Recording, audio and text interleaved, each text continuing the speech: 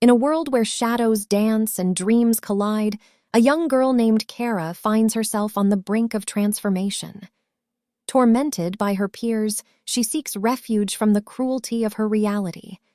But little does she know, the escape she yearns for will lead her into the heart of a new realm where magic and destiny intertwine. In her journey, Kara will uncover secrets of her family, the weight of her destiny, and the bonds that tie her to this new world. But with power comes responsibility, and the shadows of her past will not easily fade. Will she embrace the power within and lead her people to a new dawn, or will the echoes of her past drag her back into the darkness? Join us as we delve into the tale of a girl who dared to cross worlds, seeking not only refuge but a place where she truly belongs. Chapter 1. A New World. I tried in vain to conceal myself behind the small locker door, hoping Zedra wouldn't notice me.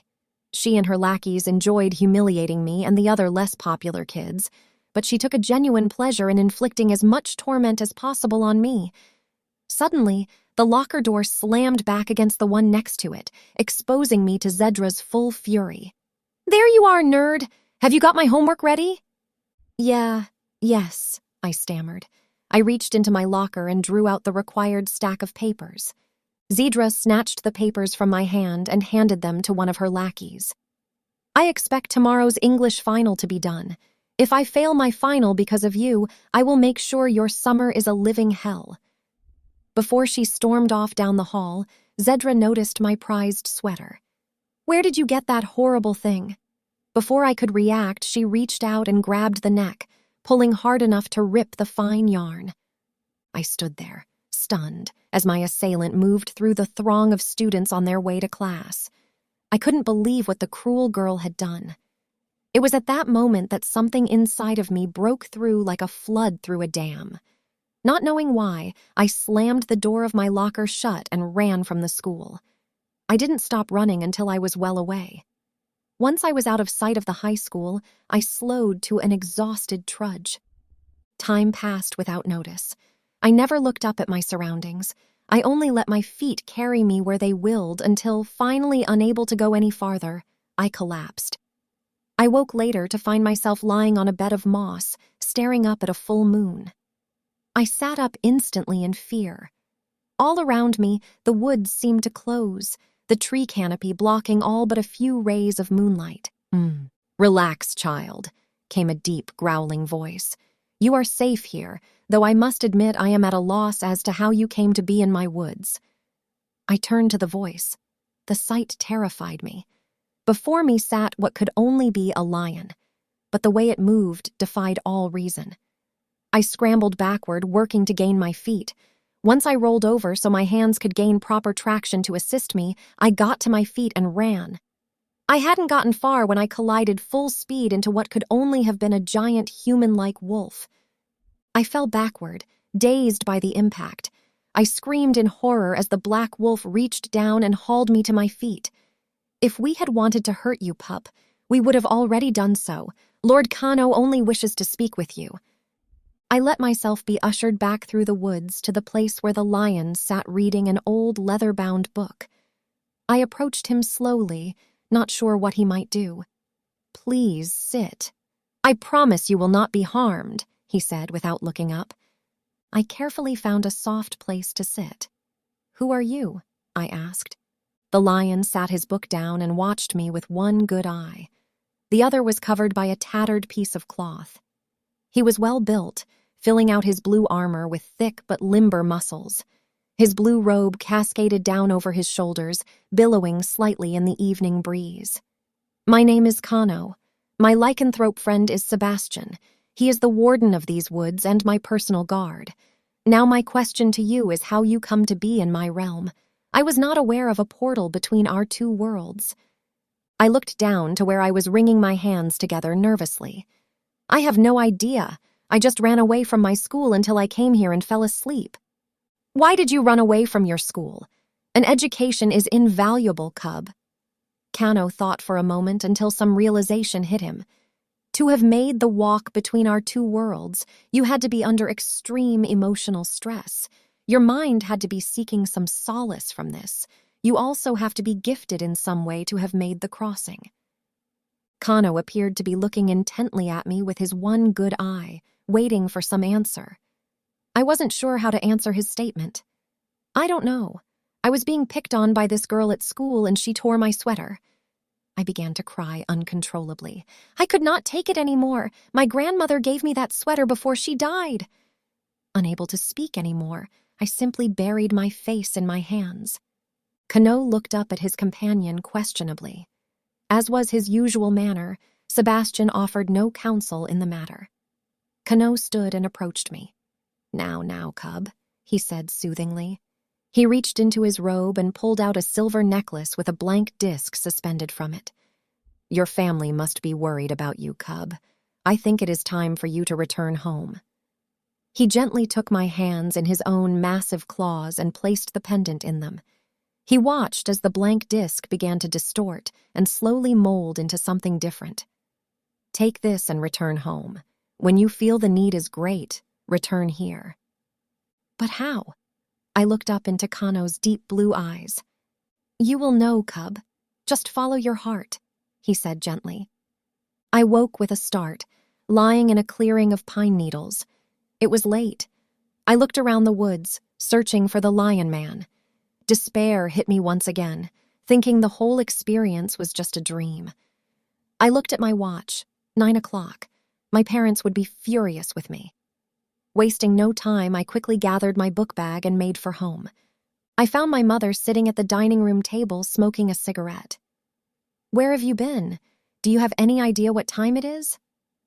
I just bowed my head and headed for my room without a response.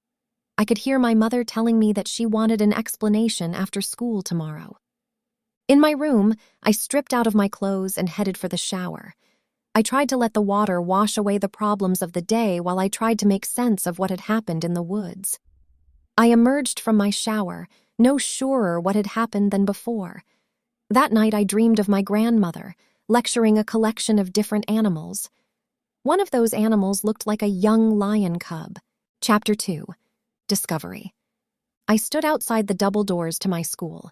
Today was the last day of school, and today I would have to face Zedra once again. I wasn't ready for the day to begin. I knew she was going to be furious because I hadn't finished the English final for her. That one paper could turn an A into a C or save a student from failing English. Taking a deep breath, I pulled the door open and entered. There you are, Four Eyes. Where is my report? Zedra hadn't even let me get through the door before she started in on me. She just stood there waiting. Well, do you have my report or am I going to have to take yours? I was about to give in and let Zedra have mine when someone interrupted. What is going on here? Asked the deep voice. I glanced over to see an older, dark-haired man standing there with his hands on his hips. Aren't you girls supposed to be on your way to class? I took the opportunity to retreat to the sanctuary of my own classroom where I would not be harassed any further. Luckily, my first class was English, so I was able to give the teacher my prized report before Zedra could take it from me force. At lunch, however, I wasn't so lucky to avoid her again. I found myself pinned to the wall of the bathroom, staring into the face of the outraged girl. What happened to my report? Because of you, I will have to go to summer school to make up my English grade. I was shocked at the unexpected slap against my face that nearly knocked me to the floor. Do you remember what I told you? Again, I was struck, this time hitting my head against the wall. This summer, it is going to be my mission to make you pay for this. Another slap knocked me to the ground. Zedra and her friends left me lying on the floor crying. After school, I ran straight home when I saw Zedra and her friends waiting. Behind me, I could hear the taunts of the other girls. When I finally made it to my house, my mother was waiting for me in the dining room once again. Kara, come in here, please. I came into the room, tears still running down my cheeks. What happened to you, girl? Asked my mother worriedly. Nothing, Mother. At the table with my mother was the man from earlier. My mother still didn't look convinced, but she let the matter drop for now. This is Mr. Sebastian. He is from Heartwood Summer Camp. He tells me you voiced an interest in attending this summer. Is this true? I couldn't understand what was going on. Something about the man looked familiar, but I couldn't place it. When Sebastian gave me a toothy grin, I noticed he had small fangs. It was then I remembered. I only nodded in response. Would you still like to attend the classes, Ms. Kara Graywood? I think it would be good for her, interrupted my mother. She will be at the school tomorrow morning. Sebastian bowed his head in response. Then I will see you at school early so we can make it in time. On the way out the door, he handed me a rolled piece of paper but said nothing. Once he was gone, my mother looked me over critically. I guess you need to get cleaned up and packed. Mr. Sebastian said the camp was paid for through grants based on your grades, so I see no reason you can't go. Upstairs in my room, I opened the letter Sebastian had given me.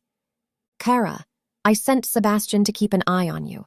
There are many mysteries surrounding you that I do not fully understand. If he has given you this letter, then he has thought it best to return to me for a time.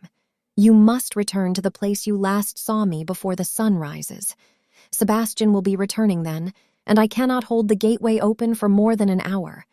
Be sure to bring the charm I gave you as well. Kano? I quickly dug through the pile of clothes I had from the day before. It didn't take me long before I found the necklace Kano had given me. I looked at it more closely now and could make out what appeared to be some animal inlaid on the disc. As I slowly traced the faint design, I thought I saw it change, becoming more defined. I would have to ask Kano about the mysterious disc. I didn't sleep that night, but instead thought about my grandmother. I missed her stories of magical creatures, enchanted forests, and fanciful adventures. As an afterthought, I grabbed my small photo album and shoved it into my bag along with my clothes and torn sweater. I arrived at school early that morning, well before sunrise. I was disappointed Sebastian wasn't waiting for me. Figuring he would be along soon, I sat down on the front steps of the school to wait. I drew out my necklace to study it more. I was continually mesmerized by its ever-changing shape. The once round disc had begun to lose its smooth edges to resemble the outline of some animal I was yet able to make out. Good. You are early. I jumped in surprise at the sound of Sebastian walking up behind me. I turned to see a black wolf start to change from its four-legged gait to the biped I had first seen in the other world. Have you got everything you wish to bring? We must leave soon. I only nodded, speechless. Sebastian said nothing more and led me into the thicket of trees behind the school. Once out of sight of the school, he turned to me. You can never reveal what I am about to show you. Do you understand? He waited for me to nod and continued. In you is the key to open the doorway between our worlds. You are rare in your ability to do this. Sebastian reached out to examine my necklace. He turned it over, holding it between his index and thumb claw, studying it carefully. This medallion will continue to change until you have reached your full potential. This medallion is a representation of who you are inside. He let the necklace drop. You must never lose this. Until you have become adept in your powers, this will be the focal point of those powers. He stepped closer to me, looking straight into my eyes. His snout was only a mere quarter-inch from my nose. Close your eyes and do just as I tell you. Though nervous, I did as he told me. I could feel his warm breath in my ear as he whispered, Picture the place where we found you. Remove all other thoughts from your mind. Imagine yourself standing in that clearing once more. Remember all the sounds you heard, the smells, the feelings that area brings within your heart. I did as I was told. I stood trying to picture myself as he had told me. I was about to give up when I heard a familiar voice. Welcome, Kara. I am so glad you were able to return to us. I opened my eyes to see Kano standing with his hands clasped behind him. A loud thunderclap a few feet away drew my attention. Sebastian seemed to emerge from the smoke of a small fire. How did I get here? I did not feel anything. I looked from Sebastian to Kano, confused. Kano smiled and motioned for me to sit. You brought yourself here. I wanted to see if you could do it alone. Sebastian came through a portal I had opened just in case you were not able to duplicate the same feat you had the other day. Kano handed me a dish of steaming food that resembled eggs and something else I could not identify. Eat, and I will explain further. I cautiously tried one of the eggs with the crude fork provided. To my amazement, they tasted like eggs from my world. I'm glad you like them. I am sure your diet will change as you learn more about yourself, but normal food should suffice for now. I have done some research while you were gone. Are you familiar with someone by the name of Kayla Greywood? I stopped eating, my fork poised before my mouth. I slowly set the fork down. That was my grandmother's name. Kano's lips curled back slightly. It is as I thought. When Sebastian learned your last name, it reminded me of someone I once knew. Kayla came to our world over 60 years ago as a young girl about your age.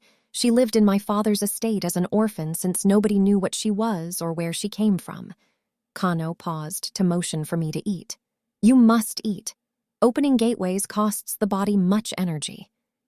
When I began to eat again, he continued his story. There were legends of people called humans in the old texts, so he thought to understand her. Humans, after all, were only legends. She showed a talent for sorcery, and my father thought to cultivate this gift within her by making her his student. I know very little about her education as it was before my birth. By the time I was old enough to remember things, she had become one of my teachers. All I can tell you about her besides what my father told me is that she was a kind teacher. When I was 10, war broke out in my father's lands and she disappeared. I thought for a moment about what he was telling me. There were so many questions I wanted to ask, but I wasn't sure if now was the time. Do you know why she left? I finally asked. Kano only shook his head.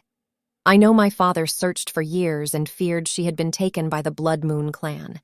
He was, however, unable to locate her. Their conversation wore on into the late morning. The sun was nearly at its crest by the time Kano declared it time to return to his estate. Sebastian already had the camp cleaned up before they were ready. We walked for what felt like miles.